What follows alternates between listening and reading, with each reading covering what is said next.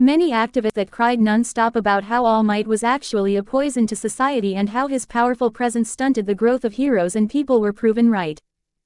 A pillar was good. But when that pillar fell, the brightest hope became the darkest despair. All Might condition remains unconfirmed, Aiko said after a pause, but he is alive. That statement was the only spark of comfort his audience would receive. Meanwhile, the reconstruction and collateral cleanup of Yokohama is underway. Drones and construction robots work tirelessly above the city, carrying rubble and sorting materials. The process is swift, but the damage is vast. It will take time. He shifted slightly in his chair, his fingers lacing together. The studio lights cast long shadows across his weary face. In a further blow to the nation's morale, Japanese Airlines has announced that flights are fully booked until June of next year. It no longer matters where people are going, they simply want to leave, believe Sukuna's rise will be like those supervillains around the world that fully took over countries. The screen changed to show those supervillains. They were individuals with powerful quirks that either took over the country they originated from or outright destroyed it. But in the face of this panic, I want to remind you of something, he said, his voice firming. We will endure. An entire generation has known peace and prosperity, but let us not forget who we are. This is not the greatest destruction Japan has faced. The ruins of Yokohama, as terrible as they are, pale in comparison to the 5 atomic bombs our motherland has endured in the past. The rise of Sukuna, a single villain, is nothing compared to the dark ages when villains outnumbered heroes and chaos ruled our streets. His voice echoed through the empty living rooms and quiet bedrooms of a nation holding itself together. We survived then, Aiko said softly, and we will survive now. Silence followed. The weight of his words lingered like a fragile promise in a broken world. A voice crackled in his earpiece, the producer's voice, hesitant yet urgent. Aiko, people are calling in. They want to know what they should do. If they should prepare to evacuate. Aiko blinked slowly, then looked back at the camera. For those watching, he said carefully, stay indoors. Remain calm. Authorities are working tirelessly to ensure your safety. I know fear is a natural response, but we must not let it control us. We have weathered worse storms. We will weather this too. Another voice, a younger reporter off-screen, whispered to Aiko, people are scared, Aiko. They need hope. Aiko's jaw tightened for a brief moment. Hope, he repeated softly, then turned back to the camera. Hope is not lost. Not yet. That is all I have for now. The next broadcast will bring you further updates on logistics, casualty reports, and other developments, Aiko concluded. The screen faded to black. The broken city of Yokohama. It's ready. On the count of 3, a worker shouted as he strapped a rope around a giant piece of rubble. 1, 2, 3. A drone lifted the rubble from the sky. The ground shook for a moment as the workers watched the drone fly away with the debris. A collective sigh echoed through the battered streets. The team of cleanup workers, clad in dirt-streaked uniforms, barely had time to rest before moving on to the next pile of broken concrete and twisted steel. The city groaned beneath its own weight, the scars of the recent battle etched deep into the ruin. We're barely making a dent, muttered Kenta, a worker with a bandaged arm. His voice was hoarse from the smoke still lingering in the air and hours of shouting orders and coordinating the operation. Doesn't matter, replied his colleague, a woman named Anko, wiping sweat from her brow. We sort, we lift, we move. One piece at a time. Drones buzzed through the sky like mechanical hornets, hoisting loads of rubble and carefully dropping them into designated zones. The operation was carefully planned, and every material had its place. Steel beams were piled into one section, to be sent off for recycling. Crushed concrete and bricks were gathered into another, destined to be repurposed for future construction. Glass shards were meticulously swept and stored in reinforced containers, while electronic debris from shattered billboards and ruined infrastructure was separated for hazardous waste disposal. Kenta marked a broken support beam with a red flag,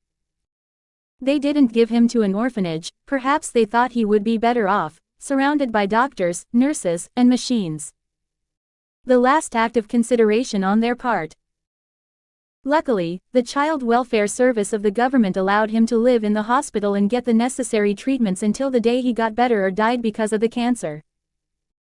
So he grew up not in a home filled with warmth and family, but in the sterile embrace of white walls and hospital beds. The hospital became his entire world, the sharp scent of antiseptic, the soft hum of machines, and the hushed voices of nurses checking on him later. So he grew up not in a home filled with warmth and family, but in the sterile embrace of white walls and hospital beds.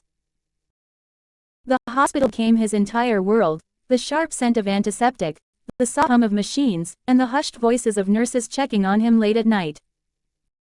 The ceiling above his bed was a blank canvas he memorized in every shade of morning and evening light. Despite all these, he learned how to be happy and smile early on. He smiled through the pain of needle pricks, through the endless rounds of chemotherapy that left him too weak to lift his head. He smiled when the nurses changed his IV lines, whispering apologies as they struggled to find a vein in his bruised arms. It might sound insane to the average person, but he was genuinely happy. This was possible only because he never knew otherwise. It was all normal to him, the pain, the weakness, and even the chance of death. Even when he got older and learned the full extent of his unfortunate fate, he still smiled. There was even a rebellious spirit mixed into that. To be happy despite the world cursing him to be sad. It was the greatest middle finger to fate. Happiness was a choice. Most people don't know that, but he learned it early on. The cancer ward became his home, and its patients, his family. He did not know what the average home was like, but he was happy with the family he found in the hospital. He could confidently say that he loved, and he knew what it was like to be loved even though his own family abandoned him. But the thing about the cancer ward was that friends never stayed for long. One by one, they left. Not to go home, but to a place he could not yet follow. And yet he was never discouraged.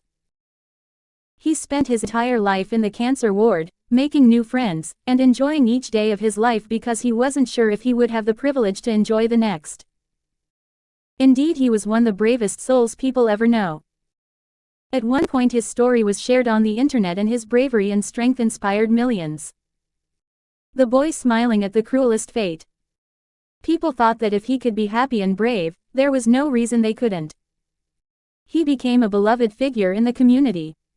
The days blurred into weeks, and then months. His body grew weaker, his bones brittle, his skin pale. It may house one of the strongest souls, but the body was weak.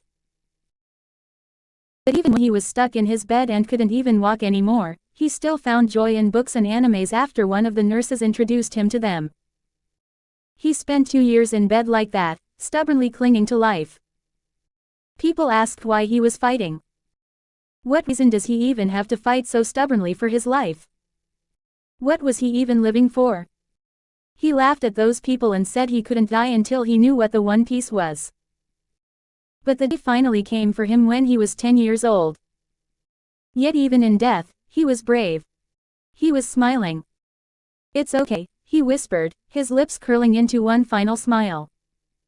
"I'm going where my friends are. There's no pain there." His eyes closed, the monitor let out a long, steady beep, and the room fell silent.